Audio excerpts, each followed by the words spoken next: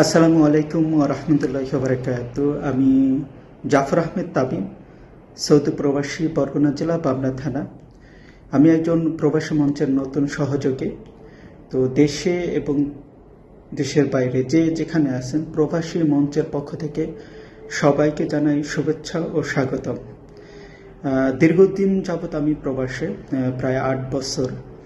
তো এই ৮ বছরে আমি বিভিন্ন সমস্যা ফেস করছি, কিন্তু বলার মতো কোনো মাধ্যম আমি এর আগে খুঁজে পাইনি। তো প্রবাসী মঞ্চ আমার কাছে মনে হয় এমন একটি প্ল্যাটফর্ম যেখানে চাইলেই প্রবাসী ভাই বোনরা সকল সুবিধা অসুবিধা চাইলেই শেয়ার করতে পারবে।